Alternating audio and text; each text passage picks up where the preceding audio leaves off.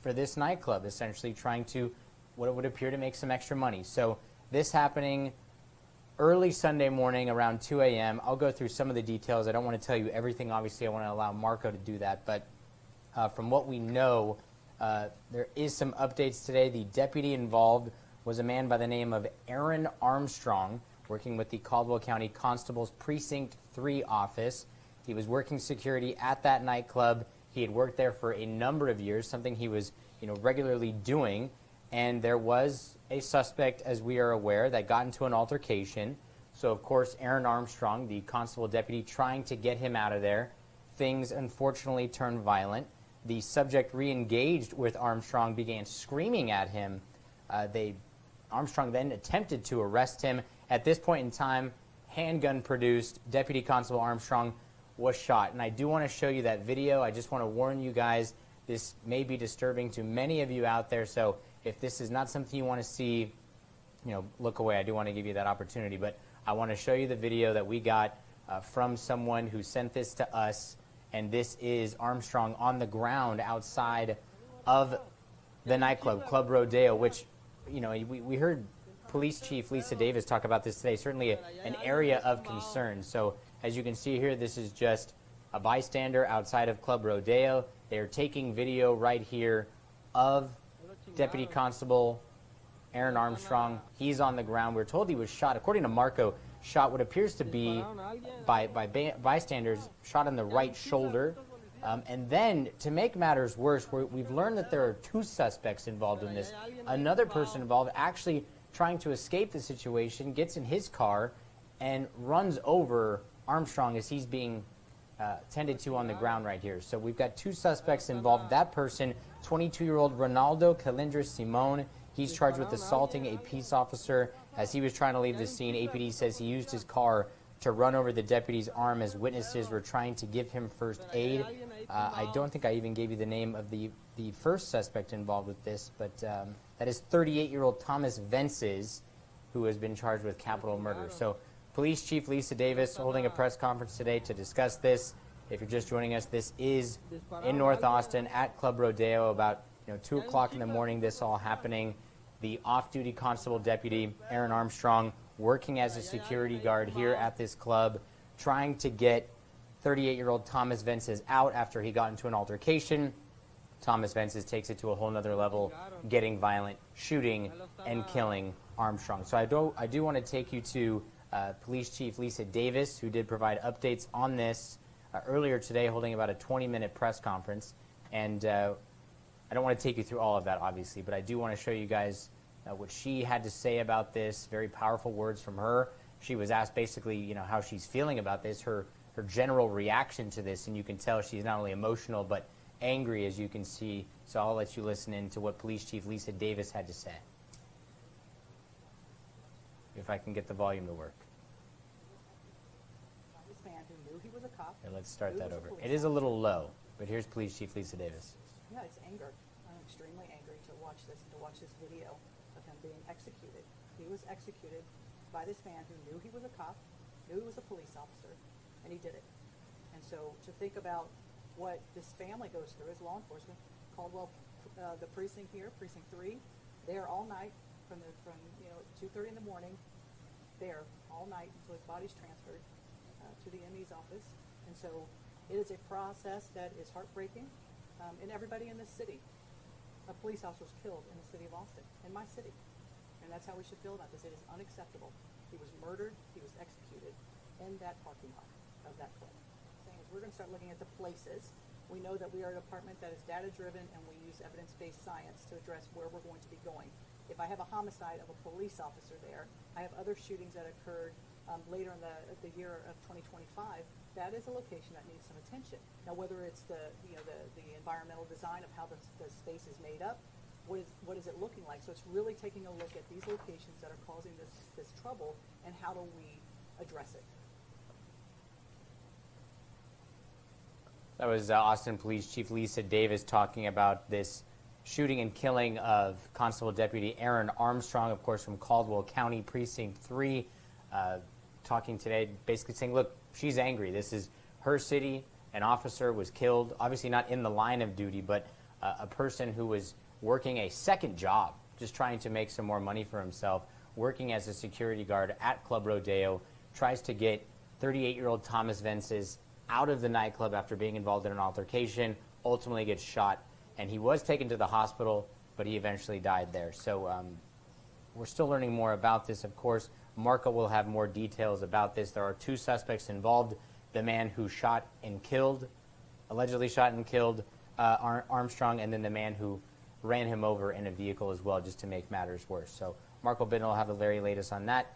Our Crime Watch reporter, Meredith Aldis, also covering a homicide today. As I mentioned, just this is 3 homicides through just 5 days into the new year. Meredith, and talking about police investigating a homicide near Rainey Street. This is in downtown Austin, of course.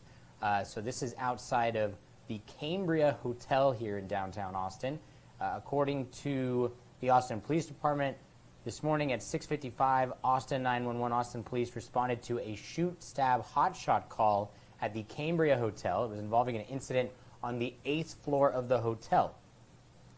They're investigating a homicide that happened inside there. 8 floors up, inside a room, Austin police say they found a person seriously injured. First responders trying to save them, but ultimately couldn't. They can confirm that one individual died. No suspect arrested as of yet. The relationship of the victim to the offender, they don't have the details on all of that just yet. The corporal here says there is a minimal threat to the public. He went on to say there are multiple witnesses who are being interviewed, and there is a myriad of surveillance footage, which the homicide detectives are currently going over. If you have any information, of course, you can contact the Austin Police Department on this, but we don't have a lot of details on that one, of course, not as much as before.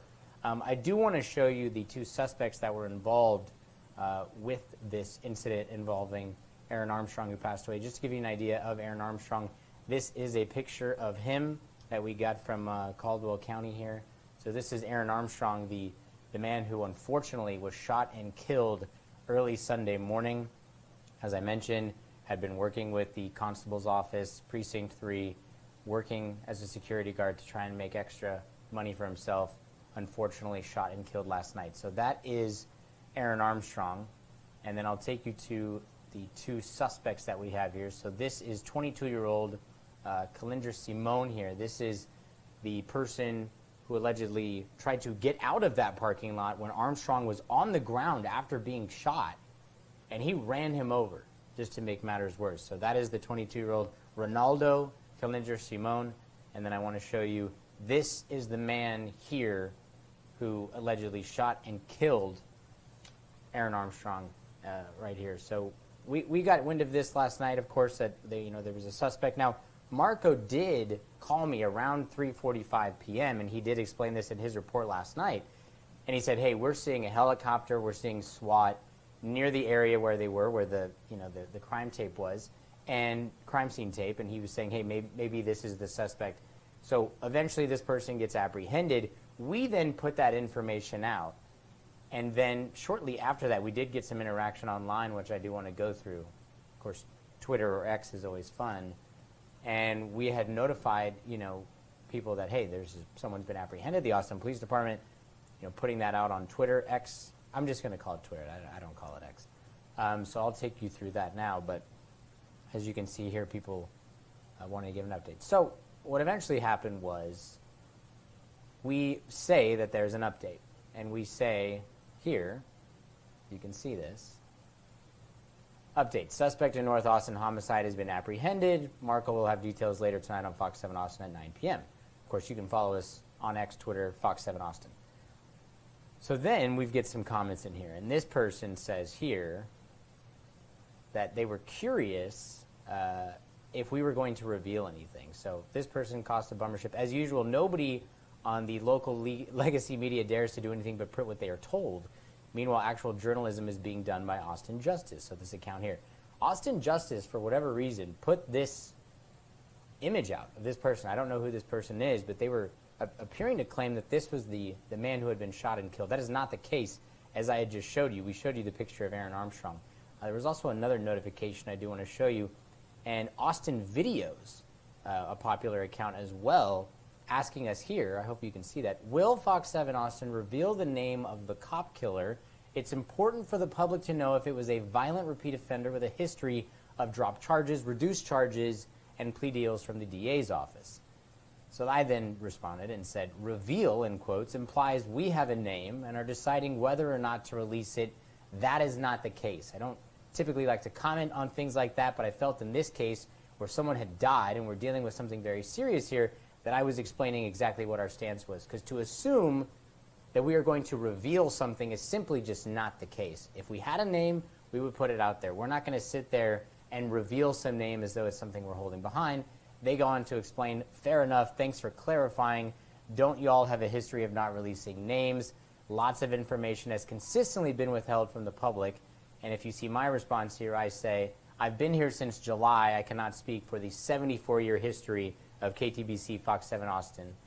If law enforcement shares information, we share that information. So obviously nothing that we could have revealed last night. We were not sitting on a name and deciding whether or not to reveal that. But I do appreciate Austin Videos and Austin Justice trying to engage with us there. We hope all of you out there engage with us as well and trying to make sure we do have the best information possible.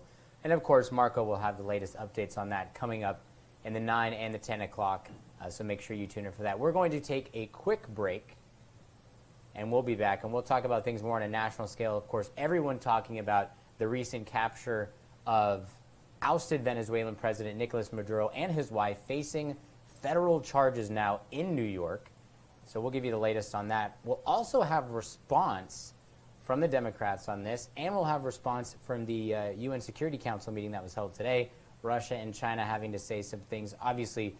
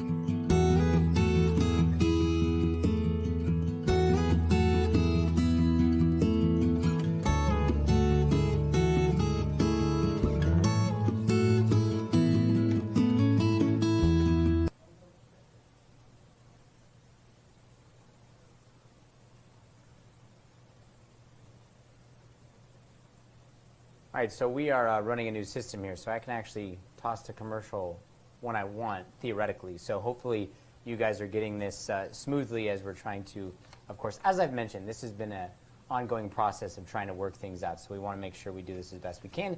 And when we get new features, we pretty much automatically test them out and see if they can work to bring you guys, of course, the best that we can. If you're just joining us, we did talk about several homicide cases that are going on right now here in Austin. Of course, the officer involved shooting an off-duty constable deputy, Aaron Armstrong, unfortunately shot and killed in North Austin outside of Club Rodeo. Our very own reporter Marco Bittenell will have the latest on that. Another homicide being investigated on Rainey Street at the Cambria Hotel. Our Crime Watch reporter Meredith Aldis with the latest on that. So if you go to our website, fox7austin.com, or you can follow us on our social media pages, Fox7 Austin, TikTok, Instagram, Twitter. You can join the conversation as well. But I did want to talk about something that, and I would say national, but it's much bigger than that. This is international, of course. Everyone watching the news over the weekend in terms of the absolute resolve operation with the Trump administration going into Venezuela, snatching and grabbing Nicolas Maduro and his wife and bringing them on the USS Iwo Jima and then taking them all the way to New York, where they are now facing federal charges. And we saw this morning a bit of a perp walk, if you will, and there was video that we put out as well. If you go to our Instagram page or if you go to our TikTok, you can watch that video where they take him, put him in some what look like armed vehicles, and then eventually bring him to the Southern District of New York. And of course, the head judge in that, not somebody to be messed with. And so they had the arraignment today, and Nicolas Maduro was appearing there with headphones on, and so he could hear things in English, of course, the translation, basically saying, hey, I'm an innocent man and I'm the leader of Venezuela. The judge telling him, hey, you'll have your time to explain this. The judge is 92 years old, by the way, so it's going to be very interesting to follow that as much as we can. But while this was going on, of course, the United Nations meeting today, and the representative, the ambassador for the United States, Michael Waltz, I want to bring you what he had to say. He spoke for quite some time. I did actually listen to it live this morning when it was all going down, but I do want to share with you guys about a 40-second clip from that. Michael Waltz, the U.S. ambassador to the United Nations, speaking today to everyone there at the United Nations. This is what he had to say regarding the recent operation. Nicolas Maduro is responsible for attacks on the people of the United States, for destabilizing the Western Hemisphere, and illegitimately repressing the people of Venezuela. As Secretary Rubio has said, there is no war against Venezuela or its people. We are not occupying a country. This was a law enforcement operation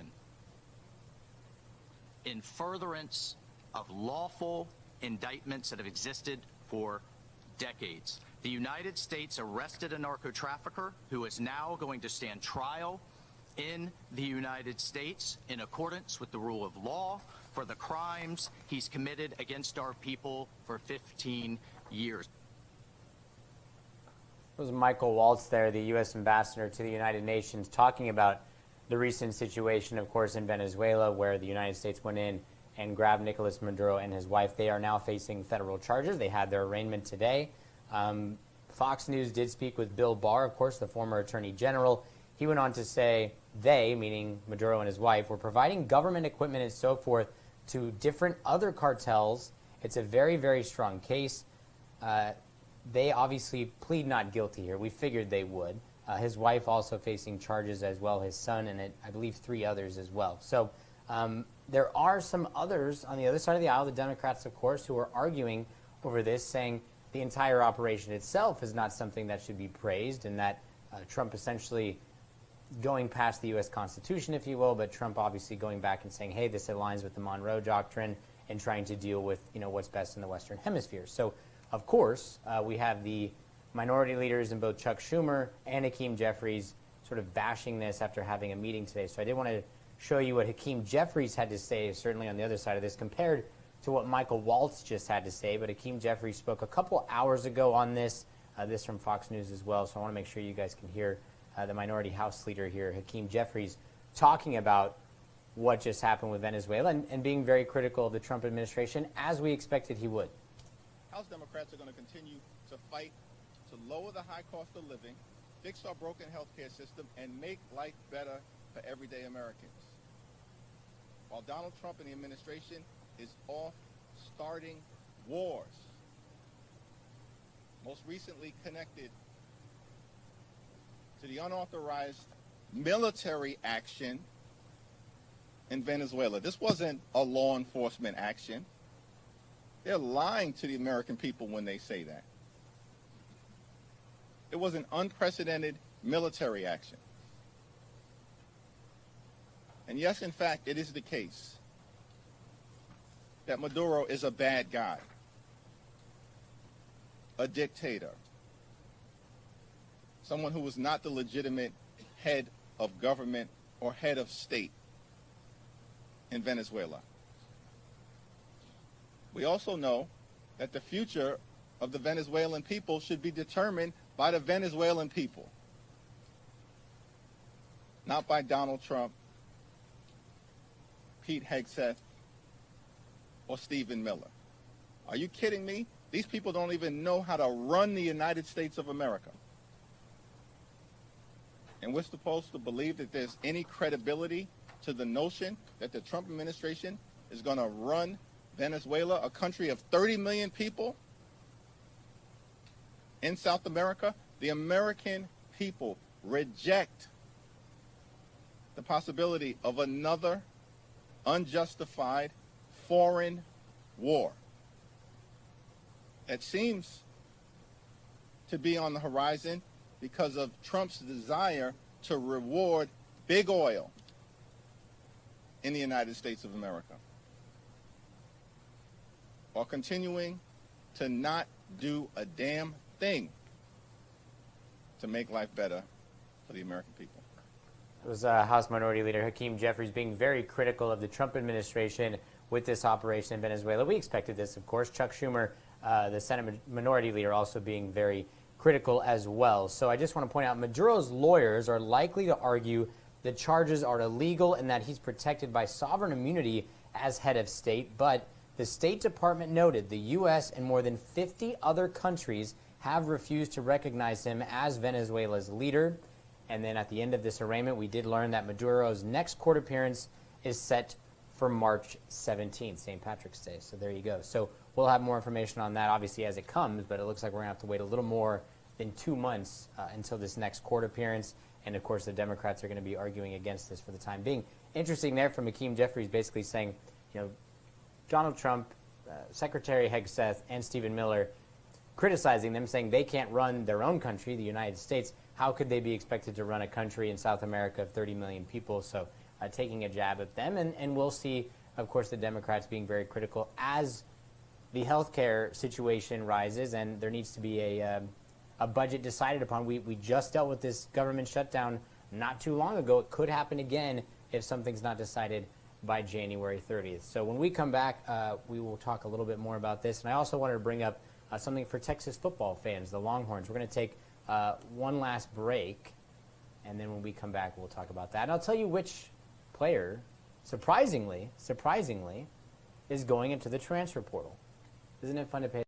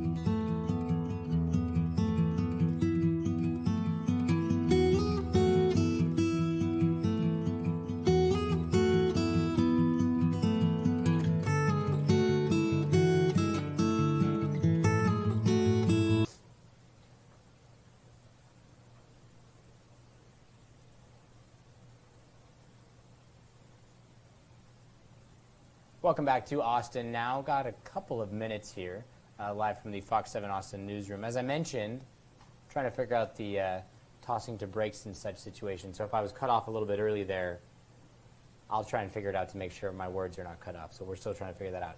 I did want to mention one more thing. One of our producers just sending this in. Of course, many of you around the Central Texas area, all of Texas, has been following this story for quite some time. Of course, the Uvalde school massacre. We did update some of you today regarding the jury selection process, but I did get this about 20 minutes ago. The 12 jurors and 4 alternates have been selected for this trial. Pre-trial hearings are set to begin at 8:30 a.m.